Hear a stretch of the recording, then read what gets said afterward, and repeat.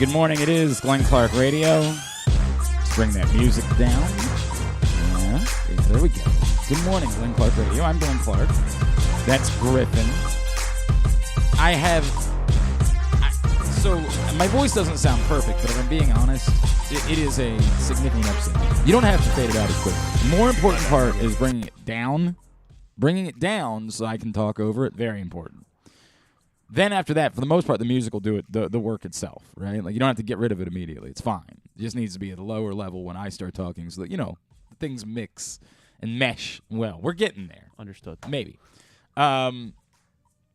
So I went to Rage Against the Machine last night. And considering how I handled myself at a Third Eye Blind concert, I was prepared for me to have done far worse damage last night, again, at a Rage Against the Machine show. I said to all of my friends, I said, I can't do this.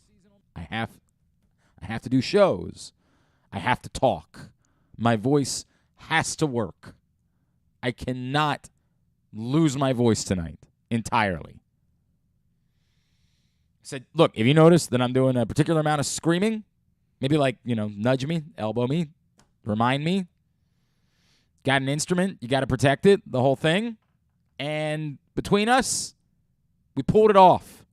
I limited my screaming to only a couple of songs. I didn't do it with every song of the night. So I think I'm going to make it. Can't promise anything. I think I'm going to make it. I'm here. By the way, amazing time. Incredible show.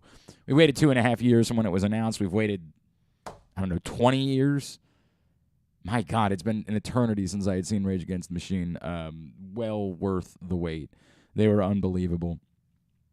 And again, I think I'm going to make it. I think I'm going to hold up. I think I'm going to be able to give you a show. And that's the idea. That's what we want to do around these parts. So here's the deal. Yesterday I told you the plan for today was that Spiro Marikis was going to be sitting in that seat right over there and was going to be hanging out with us here in the 10 a.m. hour. Unfortunately, Spiro, and I don't believe he went to a Rage Against the Machine show because I remember he's not a big Rage Against the Machine fan. At least didn't think they were worthy of the Rock and Roll Hall of Fame. Spiro does not have a voice today. He says it's not COVID. I talked to him, and we had first planned on him saying, all right, you, instead of coming in, why don't we just do it over the phone? Then I talked to him again this morning, and I was like, dude, I get it. It does not sound great. So we're going to find another day. I really do. I thought today was going to be perfect because Towson football training camp starts today as well. That wasn't what he was coming on to talk about. Yeah, well, Griffin. It was just a good. That wasn't the good topic. Connection. By the way, our editor Luke Jackson points out to me, I completely missed the part where Tyrell Pickering. I know. I also just found that out today. I guess it happened while I was on vacation, and so that's the problem. Because there were a couple of stories about it, and so it's not like we've discovered something that nobody knew about. Luke texted me last night. He's like, "What the hell?" And he texted me a picture of the roster. I'm like, I had no idea. So for a minute, I was like, Did we just discover something? And then I searched it and found out that there were a few reports in July about Tyrell Pickering, of course, the former Maryland quarterback who bounced around to a few places after Maryland. I want to say this is something like his fifth college team, This is maybe? his fourth. Fourth? This is his fourth. I was looking at it. He was Ole Miss. He was behind Matt Corral last year. He was Western Kentucky, yes. Right? And that was it? Those are the only other places? 4 years at Maryland, Western Kentucky in 2020. This is, yes, his seventh collegiate year, given injury and COVID. Yes. Which is a lot.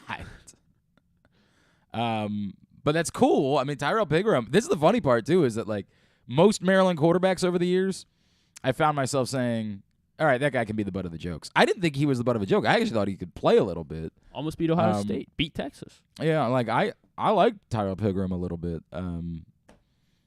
That's wild. I mean, Rob's done a great job of this, of finding just that guy that's still sitting around after the spring that just needs somewhere to play. And well, we thought it was going to be Chris Ferguson last year. Yeah, look, again, they don't all work, but I mean, Flacco worked, obviously. He has done this a number of times.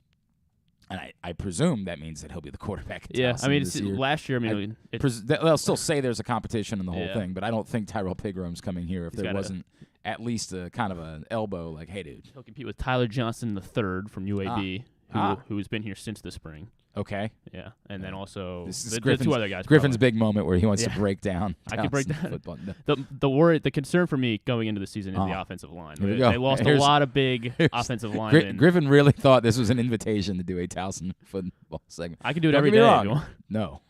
No. I like Towson, and we'll bring Rob on and probably bring Tyrell Pigram on at some point. But we're good for now. The point was not Spiro was not coming here to discuss Towson football. He was coming here for one purpose. And this is the way it works when Spiro comes in studio. You don't know this, Griffin, because you're new. We do these periodically with Spiro, but they're about topics. Like we did our Beatles song versus competition one morning, and we did our in-depth breakdown of the Rock and Roll Hall of Fame class, and we did, like, those are the top types of topics that we discussed. We did an hour-long debate about whether or not Kokomo is a good song. These are the things that we do with Spiro, because Spiro is a radio man. Once upon a time, of course, Spiro was a morning talk show host here in Baltimore. He's a radio man. He understands good radio. We're going to do it. We're just going to have to do it a different day. We'll figure out what day that'll be, and Spiro will join us. Now, today, we do know for sure that, and I'm excited about this, Charlotte North. You might say, I don't know. That name means nothing to me. I understand that. That's fine. But you should. Charlotte North is a superstar among superstars. Charlotte North is the most exciting women's lacrosse player to have come along maybe ever.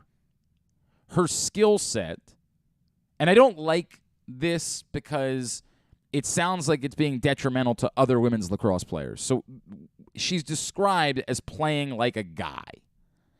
And I'm always uncomfortable with this. I'm always uncomfortable with the debate about, like, whether or not women's lacrosse would be more popular if they played with the same rules as men. Because inherently what you're saying is that their sport isn't good enough. And I'm not okay with that. Women's lacrosse is amazing. I've been around women's lacrosse for a long time. Yes, I'd like to clean up some of the rule stuff that makes it confusing, and I think most women's lacrosse players would admit that. They'd certainly admit it to me. But it's an amazing sport. When we say Charlotte North plays like a guy, what we're talking about, and she's not the only one, but she's doing it in a way that's even more special, is she shoots with a cannon from well out. And, of course, if you've followed women's lacrosse over the years, you know that a lot of the goals that are scored are typically scored in front of the cage. She extends. She's amazing. She played for Boston College this season, was by far the biggest star in the sport, made it all the way to the Final Four here at Johns Hopkins. She went on, played for Team USA, winning the World Championship. That was an event, of course, at Towson. 2-time Tewaaraton Award winner. Best player in the sport. And now she's playing at Athletes Unlimited Lacrosse out in Sparks at the USA Lacrosse facility. And we're going to catch up with Charlotte North this morning. I'm looking forward to chatting with her. I'm literally talking. I'm trying to make a comparison. Like, talking to Charlotte North this morning would be like talking to Novak Djokovic. Like, she is that star within her sport. The brightest star in all of women's lacrosse. I'm looking forward to that conversation. Also this morning, Connor Norby, who had a 444-foot home run this week. We make our weekly trip to the Baysox. We will catch up with him. We will not tell him that I was dangling him in a couple of trades to try to land some pitching earlier in the week. We will not bring that up. That will not be a conversation. That his name was one that I was regularly going to on the website, baseballtradevalues.com. That will not be mentioned about Orioles' second base prospect, one of their many middle infield prospects that are coming in the future. But we'll catch up with Connor Norby here this morning. And, of course, later on in the show, we will have for you Weekend at Bookies. Weekend at Bookies every other Thursday morning. It's been a while, unfortunately, just as we were getting back into the studio. And then I had the scheduling thing with the Mo Gabba Day festivities last week. So we didn't get it, but we will get Weekend at Bookies this week. And then we will back to an every other week schedule for Weekend at Bookies on Thursdays. Of course, Simply the Bets every Tuesday at 11:40 a.m. That's all brought to you by the FanDuel Sportsbook at Live Casino and Hotel Maryland. So that's what's going on. Capiche? Capiche. Now, after I made my comments yesterday, and after what was the guy's name? What was the guy that I was fighting with? Oh, Eric. Eric Caps, right? So if you listen to yesterday's show, you know I was unsettled by the comments that Mike Elias made. And I wrote about it. I can't lie. It bothered me. And I'm not going to back off of that. I like Mike Elias. I think for the most part, I've been on board with what Mike Elias has done. But he's not above criticism by any stretch of the imagination. No one is above criticism.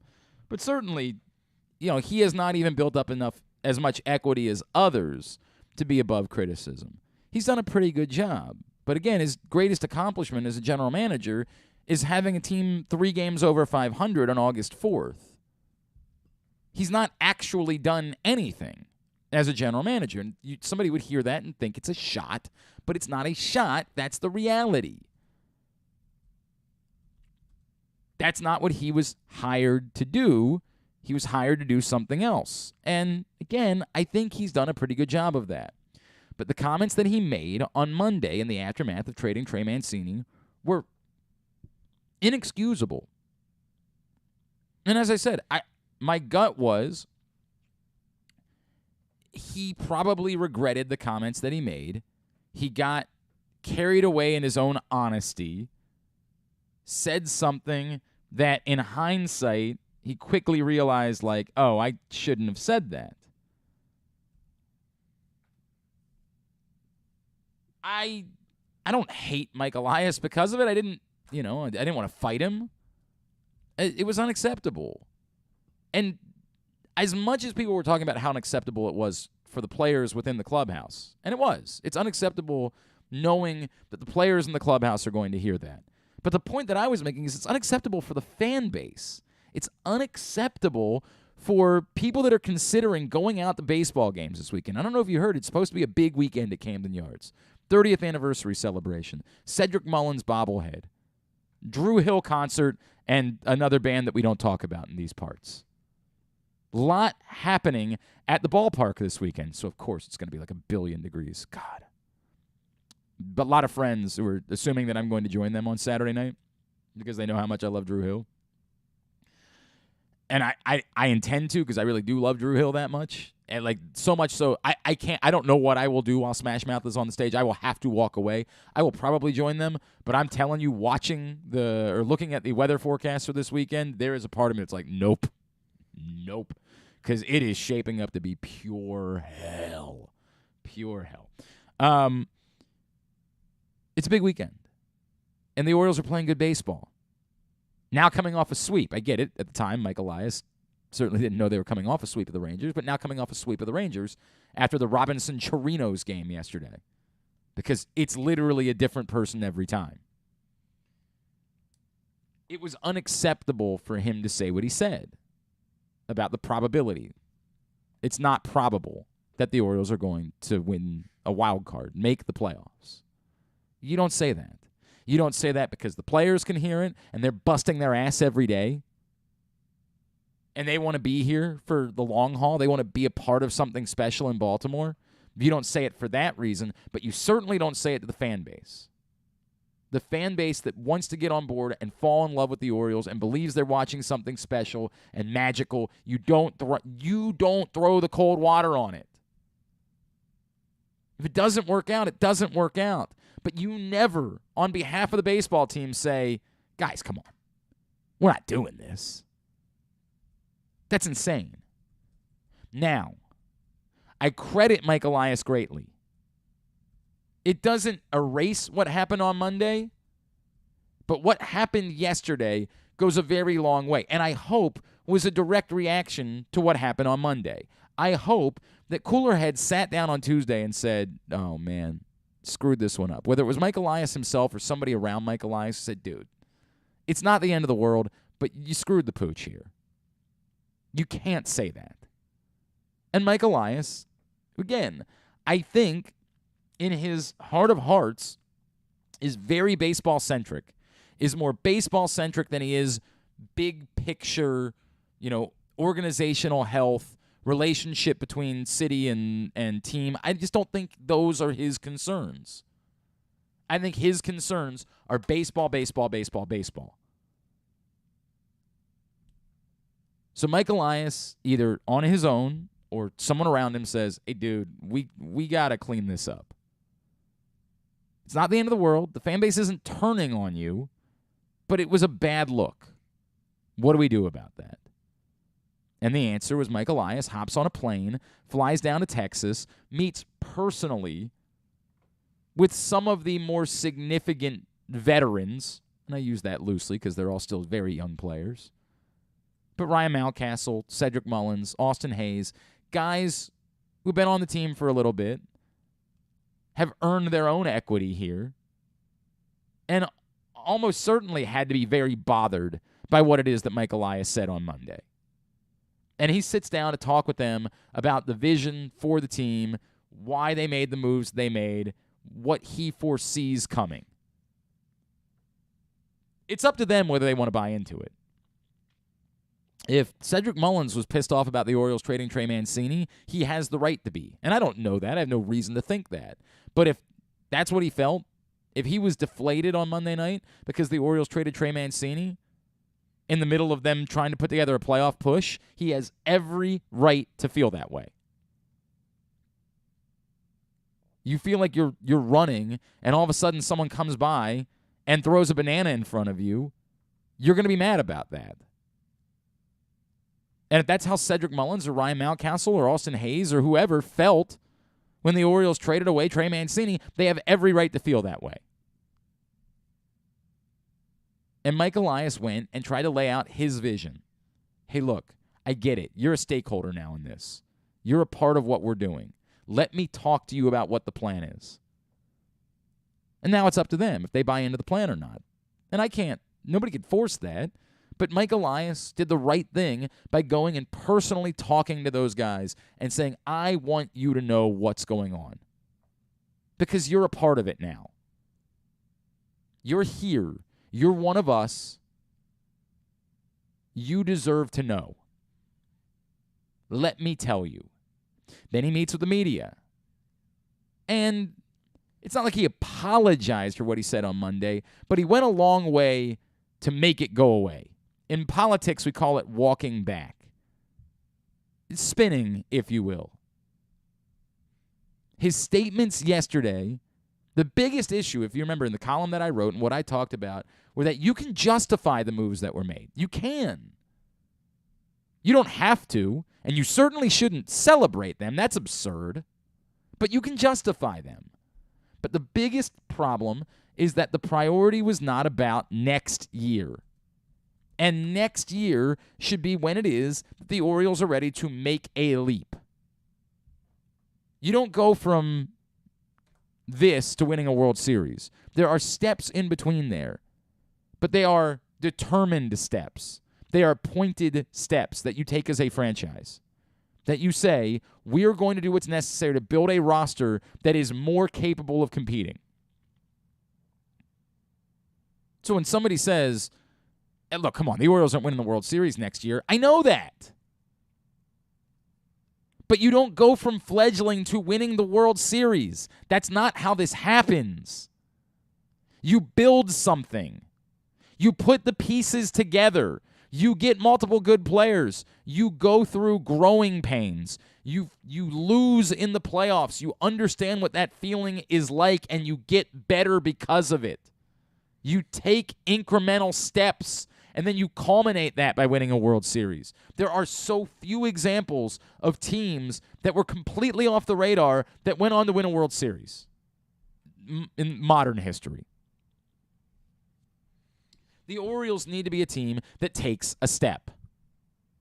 The Orioles need to be a team that's ready to be better than this next year. And that was the problem that I had. You didn't acquire any pitching with control. And then on top of that, the trades that you made, you didn't prioritize players that are close to being able to help. Again, of the 6 players that you acquired, 5 are single A or better. Sorry, 5 are single A or below. My fault. Other way around. Scratch it. Or flip it, reverse it, like Missy Elliott would say.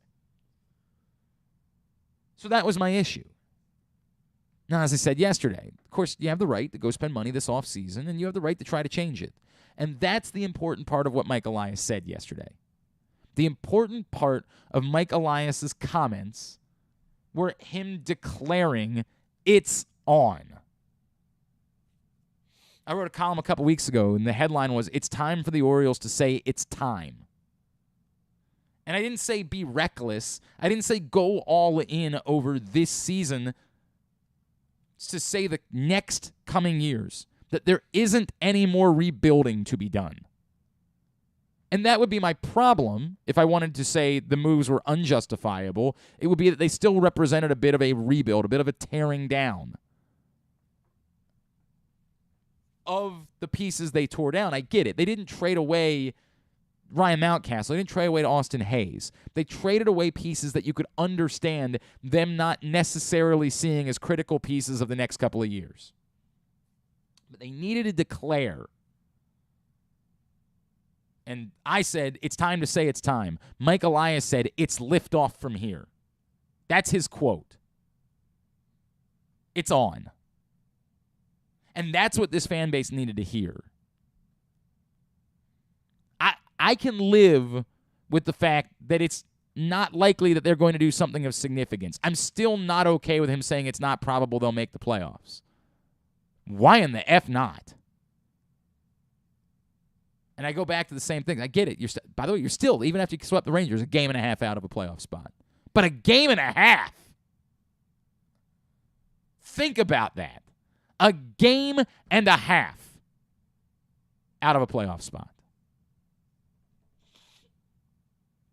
I appreciate him saying we plan on signing players this offseason. And I don't expect that to be big money guys. I think that would be reckless. But I do expect that it's something a little bit more than Jordan Lyles in terms of pitching. It's time. And if you combine that with what we still believe is coming, Adley Rutschman, we're realizing, is a star. And if Gunnar Henderson joins him and is a star, you're adding more pieces. Now, you're going to need to start seeing more from, I talked about this. We did a show, Stan, the fan, Luke, and I yesterday afternoon.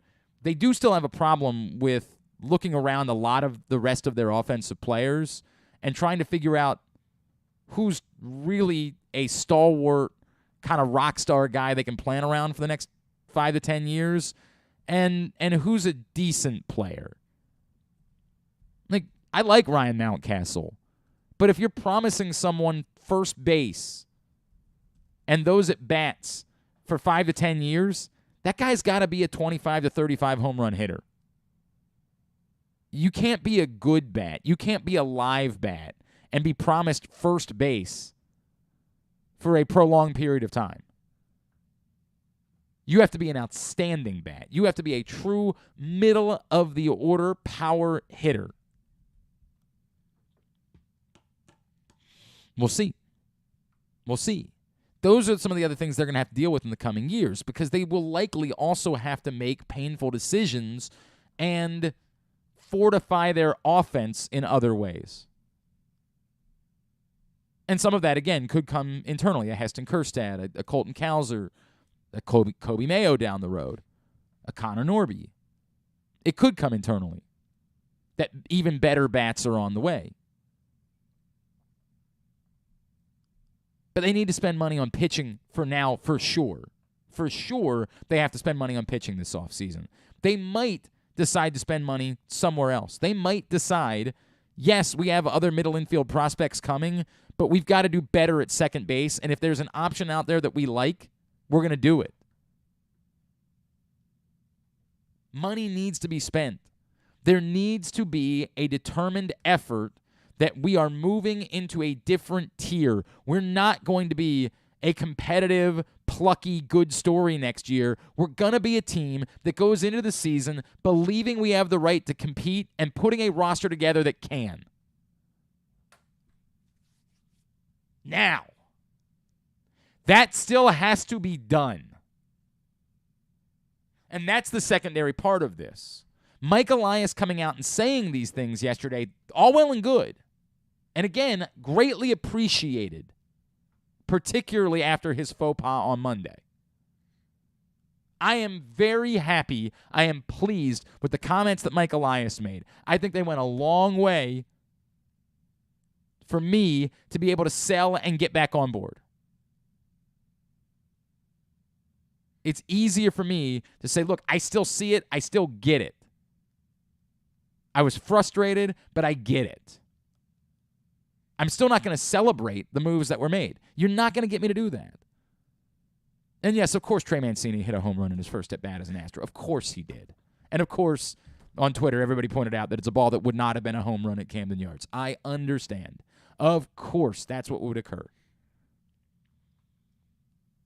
I'm not going to celebrate these moves. I don't think they're celebratory moves until Seth Johnson becomes a top-of-the-rotation pitcher in a couple years. Then I might look back and say, you know what, it was painful, but it worked out. After we re-signed Trey Mancini as well. Right, yeah, and then you're really excited about it. Until you get to that point where it's proven that they were very smart moves, I'm not going to celebrate these moves. That won't occur. But I can be accepting of them. I can understand the decisions that were made. And I am more capable of getting back on board because of Mike Elias' comments. But they still have to be backed up by action. And that's the part.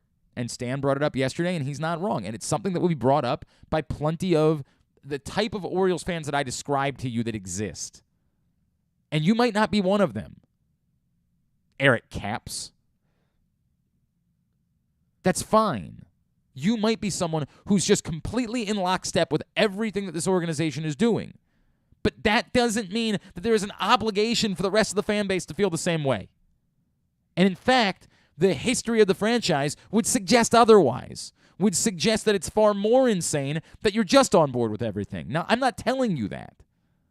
I'm good with anybody who just says, I'm on board with everything they do. If you've become a walk with Elias, in Elias we trust person, all good. But it is at least equally, frankly, more understandable for the fans that are out there that say, yeah, I don't feel that way. I need to see them try. And for those people, as good as Mike Elias' words were yesterday, and they were very good. The buy-in will not come until it's followed up with action. Because saying you intend to sign players, it's like that thing from the Social Network. Oh, $1 million, that's good. You know what's better? $1 billion. Saying you're going to sign players is good. You know what's better? Signing players. Griffin, what's better than an oatmeal cream pie? Eating one. 2 oatmeal cream pies. I recently learned, it's for my friend Chris Appel. I recently learned that there was a thing that was a raisin cream pie. It's an oatmeal cream pie with raisins. Never tried it in my life. Need to. I don't even eat like that anymore.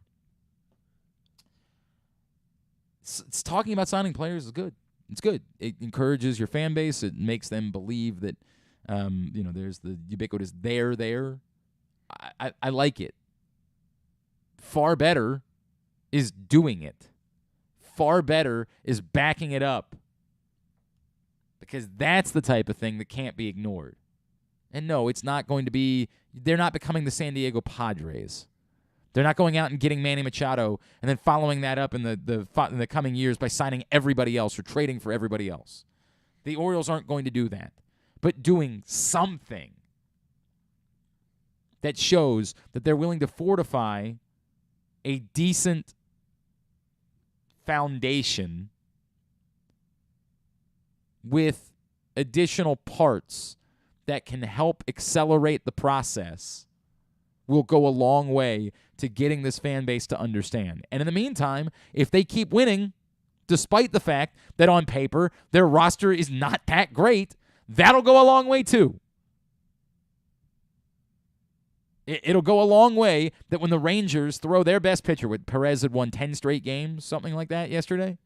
Is that what it was? Yeah, and obviously that streak didn't end because he didn't get the loss yesterday. Like 10 straight decisions. Correct. He just got a no decision. And you throw out someone who has no business being successful as a major league pitcher, and you win the game anyway. That goes a long way to getting people to buy into what's going on here. It does. It goes a long way that when Kyle Bradish, who was shaky as hell, and I know we all want to believe that Kyle Bradish is a part of this thing and that Kyle Bradish can turn out to be a quality major league pitcher, but boy, it is tough to watch him struggle through these laborious early innings of games. Miraculously, he got through 5 innings yesterday, allowing 3 hits and 3 walks, which is incredible because he was on pace to throw about 600 pitches after 2 innings. God, it was unbelievable. I mean, I was blown away. When you throw Kyle Bradish and you beat the guy that you had no business beating, that goes a long way. That was the game. Everything was set up for that to be the game the Rangers won. You had Robinson Chirinos in your lineup. And not only did you survive it, he helped you win the game. Amazing. I mean, it's amazing. It goes a very long way. The Orioles are off after their sweep of the Rangers. They do move within a game and a half of a wild card spot. Of course, there is still more work to be done there. Not only, do you have the 3 teams that hold the wild card spots, including the Rays, who hold the 3rd wild card spot at the moment, the one that you're, chasing, if you will. But then you add in the fact that there are other teams very much in the mix. You're surrounded.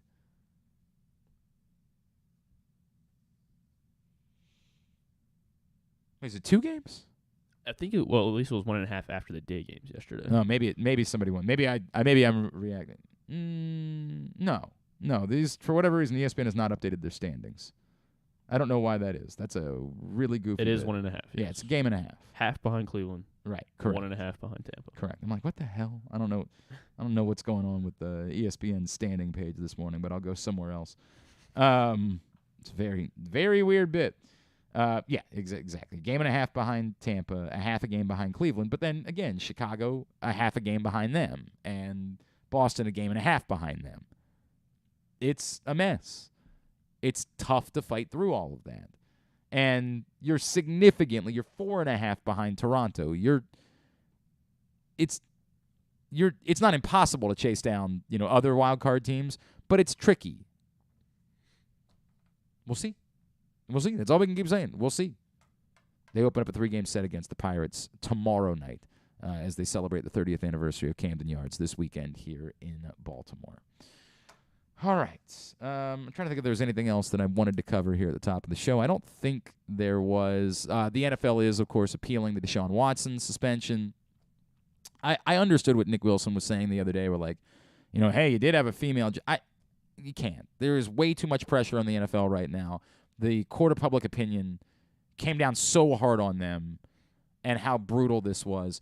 Now, there's a couple of things in there. Like, there's apparently some report yesterday that Roger Goodell particularly does not want Deshaun Watson playing against Houston in Week 12.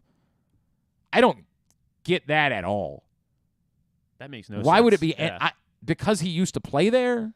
Why would it be any worse having Deshaun Watson play against Houston than it would be having Deshaun Watson play anywhere else?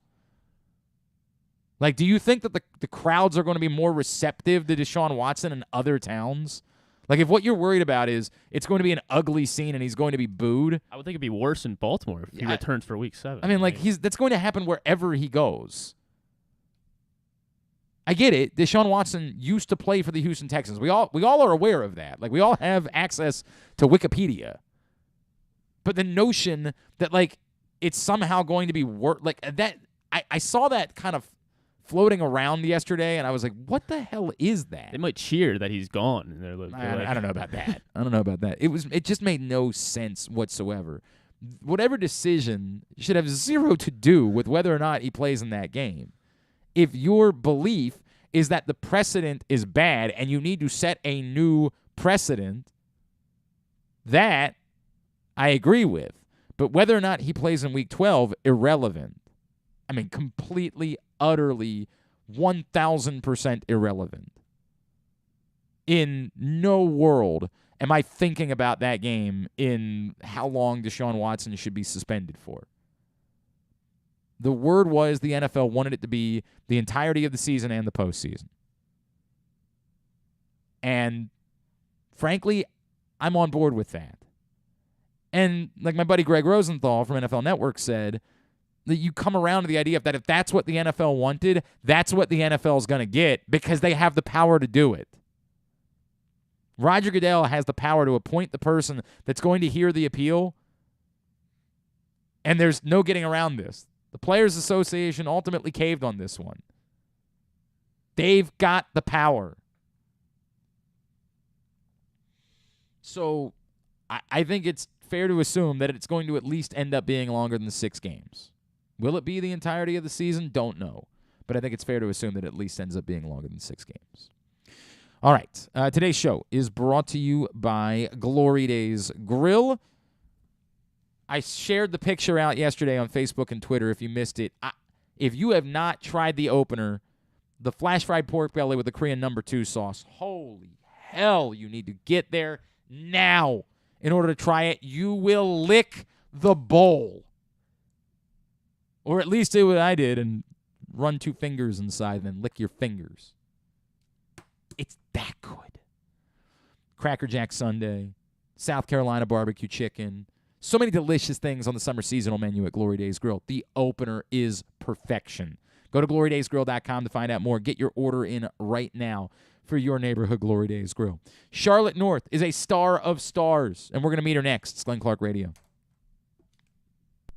Sports fans, the wait is over. The all-new FanDuel Sportsbook is now open at Live Casino and Hotel in Hanover, Maryland. This is your chance to win big right in your own backyard. Bet on every sport with self-service kiosks and watch all of the action from the best seat in the house. Make every moment more at the all-new FanDuel Sportsbook at Live Casino and Hotel in Hanover. Please play responsibly. Gambling problem? Please call 1-800-GAMBLER or visit mdgamblinghelp.org. The biggest pro wrestling stars today and all time all have one thing in common. You've heard them on Jobbing Out. Matt and Nick Jackson, the Young Bucks. Thanks for having us, man. Appreciate it. The great Kurt Angle. Thanks for having me on the show. I appreciate it. Matt Riddle. Yeah, man. Thanks, man. The champ, Drew McIntyre. Oh, thank you for having me. The great Ron Simmons. Damn.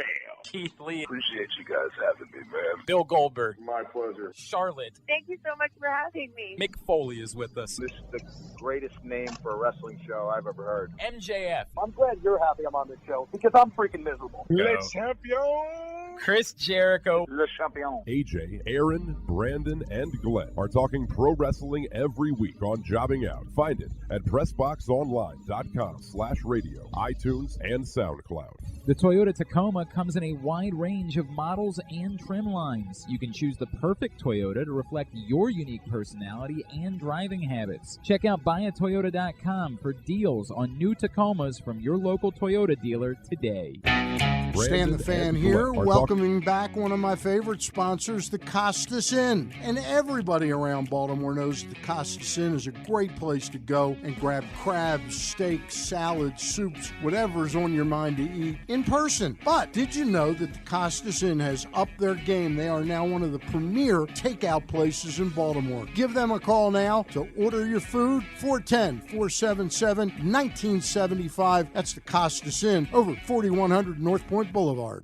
The latest edition of Pressbox is available now, and it's our very first Salute the Coaches issue. On the cover, we recognize Ravens coach John Harbaugh ahead of his 15th season. Also inside, find tributes to Navy football coach Ken Niumatalolo, UMBC soccer coach Pete Caringi, Maryland soccer coach Sasho Sorovsky, and field hockey coach Missy Maharg, Mount St. Joe basketball coach Pat Clatchy, and Poly basketball coach Kendall Peace. We also honor recently retired Johns Hopkins lacrosse coach Janine Tucker and Calvert Hall baseball coach Lou Eckerl, the athletes who whose lives these coaches have impacted, offering insights on what makes them special and why they've stood the test of time. Pressbox is available for free at over 500 area locations, including 60 Royal Farm stores, and you can always find the entire edition as well as the best daily coverage of the Orioles, Ravens, and Terps at PressBoxOnline.com. To follow the show on Instagram, it's just Glenn Clark Radio. And to follow the show on OnlyFans, wait, I don't think you're supposed to know about that one. Any hoodle. Take it away, boys. All right, back in here on GCR. Stan the Fan. Got another show coming up tonight. It's sort of their business of sports powwow. They do these every couple of weeks with Marty Conway and Andy Dolich, sort of breaking down some of the more interesting sports business-related topics. That'll be coming up tonight on Facebook Live. You can watch it live, facebook.com/PressBoxSports, 7 o'clock. Or catch it tomorrow if you miss it live at youtube.com/PressBoxOnline or PressBoxOnline.com/video is where you can see that show. We had to do this a little bit earlier because of her schedule and getting ready for the weekend out at Athletes Unlimited Lacrosse. But the two-time Tewaaraton Award winner, Charlotte North, superstar, joins us right now. We'll take a listen here on GCR. Well, it's a real pleasure to be joined by our next guest here on GCR. I had the privilege of working the World Lacrosse Women's Lacrosse Championships for ESPN a couple weeks ago, and man, she loves playing in Baltimore because she put on a show Memorial Day weekend at Johns Hopkins, then helped lead Team USA to a world title, and now she's having a hell of a time as part of Athletes Unlimited up at USA Lacrosse in Sparks. She is Charlotte North, and she's with us now here on GCR. Charlotte, it's Glenn. It's great to chat with you. I've been looking to do this for a while. I am so impressed by you. Thank you for taking the time for us. Oh my gosh, thank you so much for having me. I'm so excited to chat. Well, it's really cool. What is it about playing in this area? Like, you seem to, I know you're good wherever you are, but it seems like you have saved some of your best lacrosse for playing here in our region. Is it something about this being like the birthplace of the sport or something like that like you have led to having some of your biggest moments? Oh, it's a great area. I mean, like you said, it's full of lacrosse and full of lacrosse fans, and we're just fortunate that we are where we are in the sport, and I've been fortunate enough to be in a situation where I've been able to play here multiple times with my college team at Boston College, and then like you said at the World Cup here at Towson with Team USA, which was a dream come true, and then now with Athletes Unlimited, it's just been an awesome time. I've learned so much. I've been playing alongside of the world's best players. It's just been an incredible experience. I'm just grateful for the opportunity. Well, it's been a lot of fun to watch you play. I want to talk about what Athletes Unlimited is and how it's uniquely different. But before I do that, just because it's the first time I've had a chance to chat with you, tell me your story, Charlotte. Like from Texas, we don't think of Texas as a hotbed for lacrosse exactly. Tell me about your path, how lacrosse became sort of part of your story, and when you knew, because the rest of the world definitely knows, when you knew you were maybe a little bit better and did things a little bit different than the average player that was playing the sport. Yeah, I mean, I grew up in Dallas, and like you said, lacrosse, it wasn't, exactly where it is in those hotbeds, like you mentioned. It's definitely grown since I was there, exponentially because of the incredible coaches that are down there who work so hard to just grow the game and grow the programs down there, and the talent level just keeps rising. But I didn't play for a while. I didn't play till I got to 7th grade, where I went out for my school team with all of my friends. I didn't play a spring sport. I was all basketball all the time, pretty much. Had a dream of playing in the WNBA, actually, and just wanted to go to any basketball camp I could. But then once I got my hands on a lacrosse stick, I quickly fell in love with the sport, and I just loved the pace of the play. I loved the creativity that allowed, and I loved that, everyone had their own style, and I loved, I loved kind of any chance I got to work on my skills in that sport. And I think my friends also encouraged me to come out for the club team that was local. There was only one at the time. It's now known as Grit Lacrosse. It's a great club team with amazing coaches, and, kind of took off from there. But they really, helped me grow into the person and player that I am, and allowed me to fall in love with the sport. Your style of play, specifically your shot, I mean, it's what everybody knows. It's unreal. You at the free position, it is a problem. Where did that come from? Your shooting ability and the way that you can extend the field with that type of rifle. I learned a lot from, my idols that I watched growing up in the game, Kayla Trainer, Michelle Tumalo, just to name a few, and, a ton that are playing here at Athletes Unlimited and with the U.S. national team.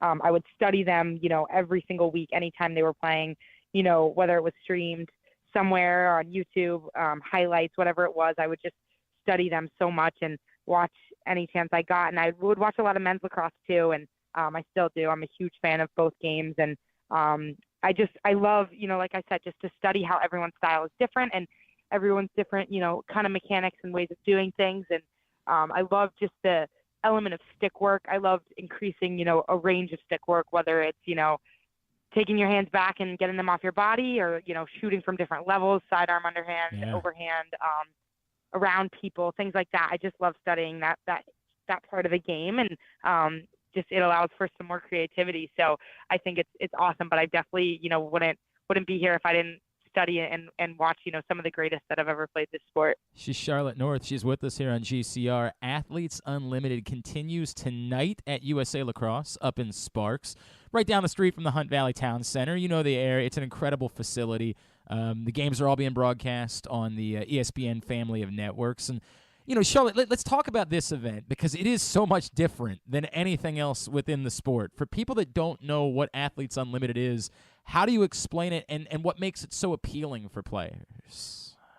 Yeah, it's professional lacrosse, which is just so exciting. And I think, it's been a long time coming. And what Athletes Unlimited is doing for women's lacrosse is huge. I mean, it's so fun. The pace is super high. It's super competitive, physical, fast pace. And I mean, the skill level is just off the charts. Every team is so dangerous, top to bottom, all over the field. So it's super fun how the rosters mix up each week and you get to play with, a handful of new players and just, you're challenged with learning how to put together, product on the field where you guys are playing with chemistry and you're playing connected and together, which is awesome. It's super fun as well. But it's so exciting, just the world of professional women's lacrosse is growing and, it's been something that the sport has deserved. And, it's just a credit to all those who have worked so hard to get the sport to this place. And, hopefully it's only going to continue to grow. One of the things that jumps out at me, and it was a big talking point for us during the World Championships, is obviously the opportunity for the Olympics here coming up in a couple of years. And we know that the version of the sport that would become part of the Olympic program in 2028 is the sixes version. And how important is it for you to sort of, like, you've been playing one style of lacrosse for so long, like this thing that could be your path to the Olympics would be a very different style. Like, how important is it for you to continue excelling in all of these different sort of aspects of this sport that you love? Oh, I think it's awesome. I mean, this sport definitely deserves to be in the Olympics. And I think the sixes format is exciting. It just aligns the men and the women's games a little bit more. And it just, it's fast paced. Like I said, the version we're playing here at AU is also fast paced and exciting. And I think, that's the best part about lacrosse is, it's the fastest game on 2 feet and everyone's style can be displayed at such a high level and that pace that we're talking about. So I think it's super awesome. And to see the sixes tournament earlier this summer that took place in Birmingham, that was incredibly awesome. And, I hope that, we'll see more of that in LA in 2028. To Charlotte's point, of course, the Athletes Unlimited playing 10-on-10, not playing that sixes, but to your point, the pace, the 8-minute quarters, it seems to be a little bit closer to the pace of a sixes and something along those lines. Charlotte North is with us here on Glenn Clark Radio. Again, Athletes Unlimited continues tonight. Charlotte, the idea of potentially playing in the Olympics, you mentioned that you wanted to be a basketball player, and obviously we think about the legends that have won gold medals for the United States playing basketball. You guys just accomplished something, becoming the first ever host country to win a world championship a couple weeks ago, but everything you've done, could you put into words what it would mean to have that opportunity to play your sport and represent your country in the Olympics in 2028?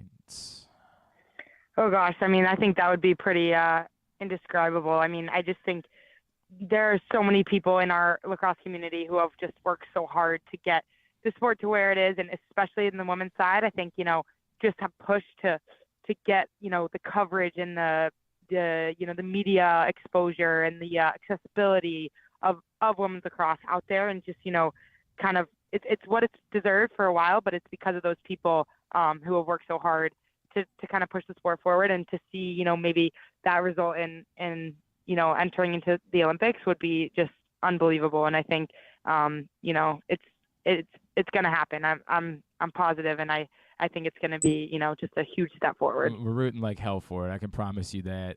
Charlotte, the other thing that's jumped off the page at me is I am, again, we've seen so many great players, and you referenced some of them, but you're doing things that are a little bit different, and young fans in particular really seem to be taking notice of that. I know that during the World Championships you all used the term more than a medal, and that you wanted to attract more eyeballs and get more people. When we were out there, man, I brought my kids out, my sons, for a couple of the games that you guys played, like the 4th of July game against England. We had to wait in a 20-minute line to get in the stadium. The crowd was so nuts. The attention and understanding that you are kind of one of the faces of this right now. How important has it been for you to make sure you're taking more time, go signing more autographs and taking pictures? And I'm sure that there's a party that's like, oh, come on, I'm not a bigger star than anybody else, but I got to imagine there is a bit of a responsibility that comes along with being a big breakout star at a moment where the sport is trying to get more eyeballs. Yeah, I think it's just great, just like I said, where the sport is at right now. And I think just to have accessibility. I mean, when I was growing up and trying to find all the links to watch, the college games that were out there, to watch Kayla Trainer and to watch, all of the people that I was just obsessed with and looked up to, I think, just the accessibility is the biggest part. And to have, a World Cup on this, U.S. soil, and to have a moment for maybe the younger girls to be face-to-face with everyone on the team, and to maybe, be at the fence and have a conversation, take a picture or something like that. I think that's just so huge for our sport. And it's, we're just so lucky we have the support that we do, and we did in the stands. And that was just an incredible atmosphere. But I think it's just, like I said, a credit to all that have pushed the sport to where it is, to have, all those fans out there, and to have all the eyes on the sport. And I think, just the accessibility is the coolest piece. And I'm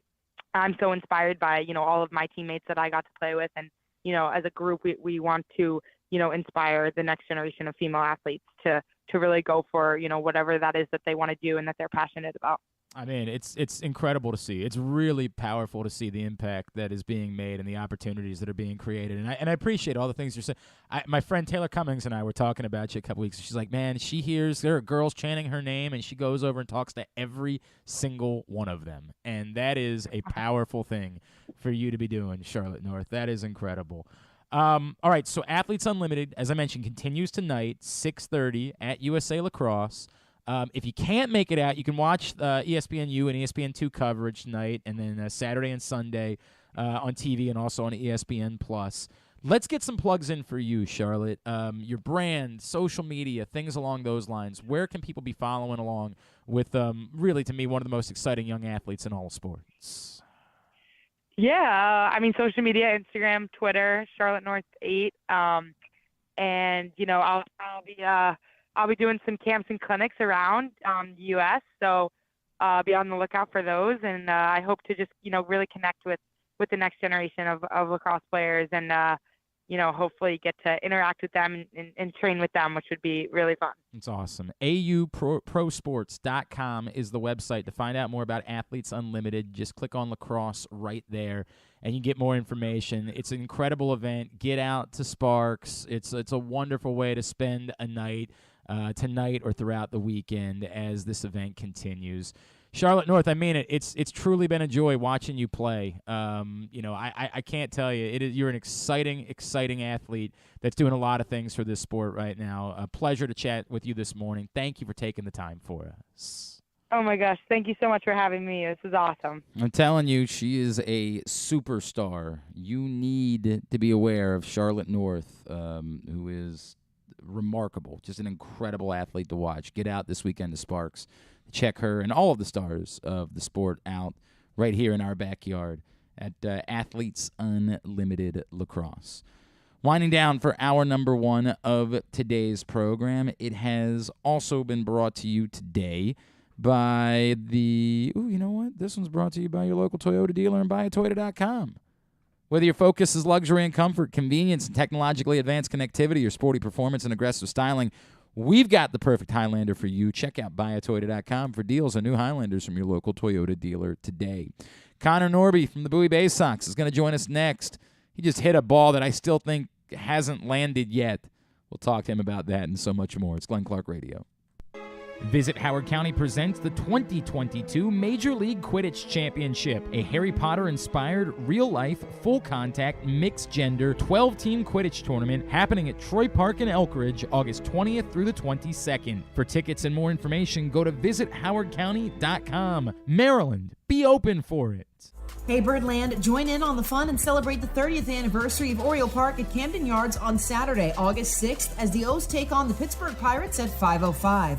The first 15,000 fans 15 and over will receive a 30th anniversary Oriole Park t-shirt. Then stay post-game for the Birdland Summer Music Series presented by Miller Lite I Love the 90s concert, featuring Drew Hill with a special performance by Cisco and Smash Mouth. Tickets start as low as $15 at Orioles.com/tickets.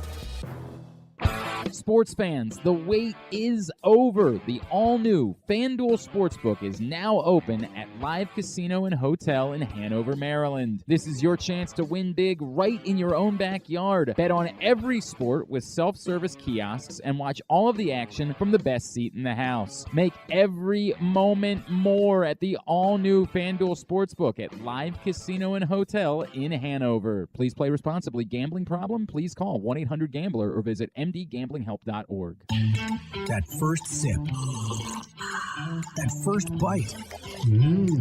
Start your day off right with a delicious breakfast at Royal Farms. Choose from a fantastic selection of fresh Royal Farms breakfast sandwiches and top it off with a rich hot cup of the freshest coffee in the world. At Royal Farms, breakfast is available day and night. It's the freshest breakfast in the world. Real fresh, real fast. Royal Farms. Summer is in full swing, and so is the summer seasonal menu at Glory Days Grill. Start with the opener, flash-fried pork belly with their popular Korean No. 2 sauce. And try their South Carolina barbecue chicken, or back by popular demand, the lobster roll with grilled corn. Also try the irresistible crab and lobster fries, or the very berry salad with chicken. And for dessert, the Cracker Jack sundae with a waffle, ice cream, and Cracker Jacks. This menu will be gone. Find out more and get your order in at glorydaysgrill.com. Glory Days Grill, great food, good sports.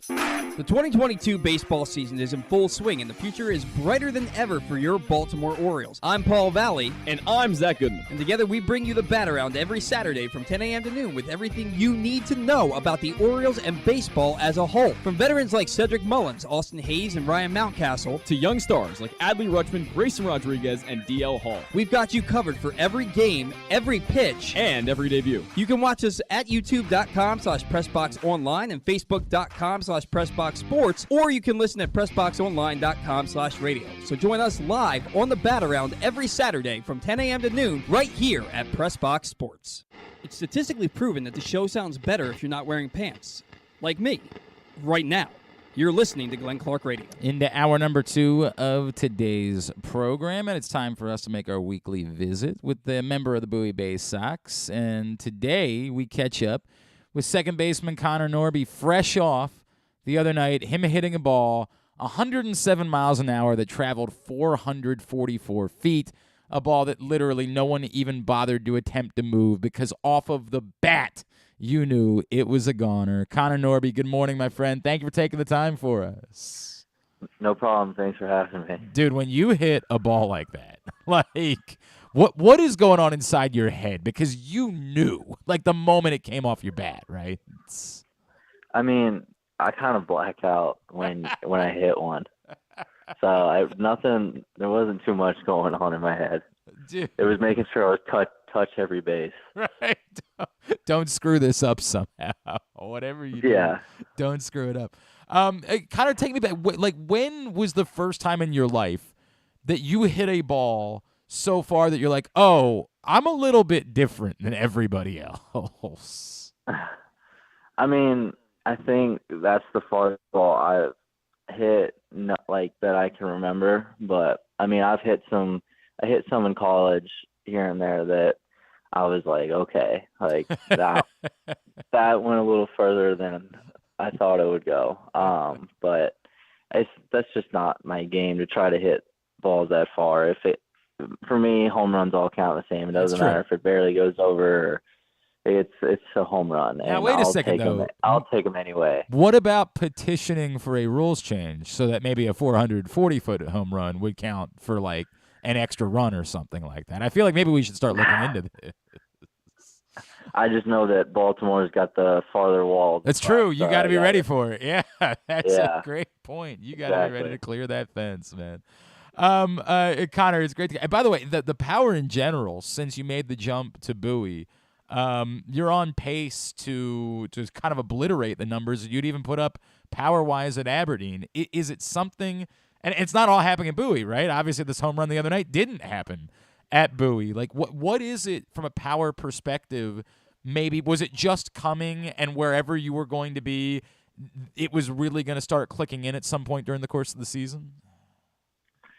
I mean, I struggled in Aberdeen a little bit, especially near the end. My last month there wasn't great, but it's baseball. You're gonna hit stretches where you're feeling really good, and there's gonna be stretches where you're just not getting anything to fall for you. And in Aberdeen, I know for sure the field's a little bit bigger, and the ball just doesn't carry. For some reason, it doesn't carry that well there. Mm-hmm. And everyone was like, just get to Bowie because the ball carries in Bowie. Like, you're going to get rewarded for balls you hit hard. They're going to go. And that's what I've seen so far. And I mean, I hit 8 in Aberdeen, and I've got 6 already. So we'll see what happens, but it's just continually putting good swings on balls. You obviously, just sort of a year into this. It's funny, I was talking to Colton about this a week ago. How good do you feel having progressed already, gotten to this point? And obviously you're a college guy, so you're maybe a couple years older, but I just feel like you got to feel good about the path that you're on, getting this early start, right? It's hard to look at it that way. In the moment, you're like, I want to perform today. I want to continue to advance. But if you look at the grand scheme of things, it's crazy how far we've come so far, right, so quickly. And I was talking to one of our other guys, John Rhodes, last night about it. He's like, dude, a year ago today, we weren't even we were in Florida games right now. Right. Like, and now we're at AA. And I was like, when you look at it like that, it helps. It definitely helps your mindset a little bit. Like, it's like whatever we're doing has been working, and it's like we've been playing well, and we've earned the right to be here. And it's a good feeling. And this organization, they move guys quick. If you perform well, there's no point in keeping you around at that level. They want to see how you handle a challenge. So that's what's been going on. And I mean, it's extremely exciting for us, and I know for the org, there's so many guys that are so talented and continue to move up. And I mean, Gunner's he's big okay. name. The Gunner's the big name that sticks out, and but at the end of the day, you just try to follow you understand your path, and everybody's different. Everybody's timetable is different, and it's just all about being prepared every single night to go play. Connor Norby with us here on Glenn Clark Radio from the Bowie Baysox. Connor, you mentioned Gunner. Obviously, there's a lot of infield prospects in this system right now, right? Like, there's a lot of everything prospects. Fair. Okay, that's fair too. You're not wrong about that. That's fair. How important is it for you to show defensively what you can do at second base? I know you've played a little bit at some other spots, but in order to stand out among the particular I guess you're right about God, there are a lot of outfielders too. Jesus. Boy, there is so much talent in this pipeline right now. But to stand out amongst the many infield prospects, how important is it to you that, yes, you can hit the ball 444 feet, but you've got to keep showing, no, I can play every day at second base to get up to the major league level. Mm-hmm. If you're a DH, then you only have to carry about hitting. But there's 8 positions besides the pitcher that you have to worry about, and you got to be able to handle the workload every day and perform every day. And what I've enjoyed so far is our main infielding coordinator for the minor leagues is in AA. He's our AA fundamentals coach, and so I get to be with him every single day. And I get to be with the best infield I've been a part of so far. I got Joey right up the middle with me, and I get to watch him every single day. And Cesar was the same way. Cesar, in my opinion, did not his fielding was his worst tool. And now I watch him, and he's a completely different infielder than he was when he was in Aberdeen with us at the beginning of the year. Wow. And it's just a testament of the work that they put in and what DJ knows. And like I said, I get to watch Joey do special stuff every single night and how he just goes about his work, and I try to emulate him and find what works for me. And it's been a lot of fun so far with those two. Do you, you reference all of the talent that exists, and you bring up those two guys, and of course we know Gunnar and Jordan ahead of that, and it's so much.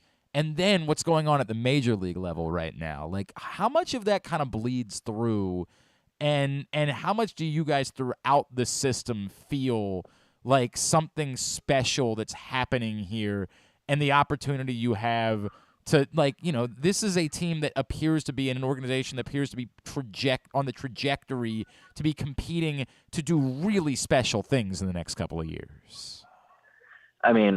Seeing what they're doing at the major league level already is exciting, and it's giving fans a lot to look forward to. And with what the Orioles have done with their draftees and their signees and everything like that, there's not another organization that has done what they've done so far, and it gives us pride knowing we're the future. And it's been unbelievable so far, and you get to be around so many good players every single day. You go to camp whenever they call you, and you're around Stowers and Adley and Gunnar, and then you're going to go in a live scrimmage against Grayson and DL. You're going to compete with and against the top guys all the time. And it's a sense of pride knowing that we're the future, and they have a lot of faith in us. And we're the number one farm system in baseball for a reason. And if we're being honest, I would rank us even higher if they could, just because it's crazy how many talented guys are at every level. And it's unbelievable. I love working with everybody. They make you better. Did it make you at all worried? It's okay. So admission time, right? You know how this goes for fans. Fans around the trade deadline want to trade for everybody in baseball, right? People in Baltimore are I want Juan Soto now. You know how this goes, and they just start casually throwing in everybody's names. You knowing how much talent's here, did you have any nerves around the deadline? Oh God, maybe because there are so many of us, could one of us be on the move? Did you have to go through any of those feelings? I think everyone goes through those feelings. Yeah. You just never know. I remember it was you make jokes around the clubhouse hey, here's my last game, guys. See ya. Oh, dude. But it's all fun and games. But we know at the end of the day, it's a business, and they're gonna make business moves that are best for the team and the organization. Sure. And a lot of times those moves are even beneficial for that player as well. So it's a business at the end of the day, and you have to understand that.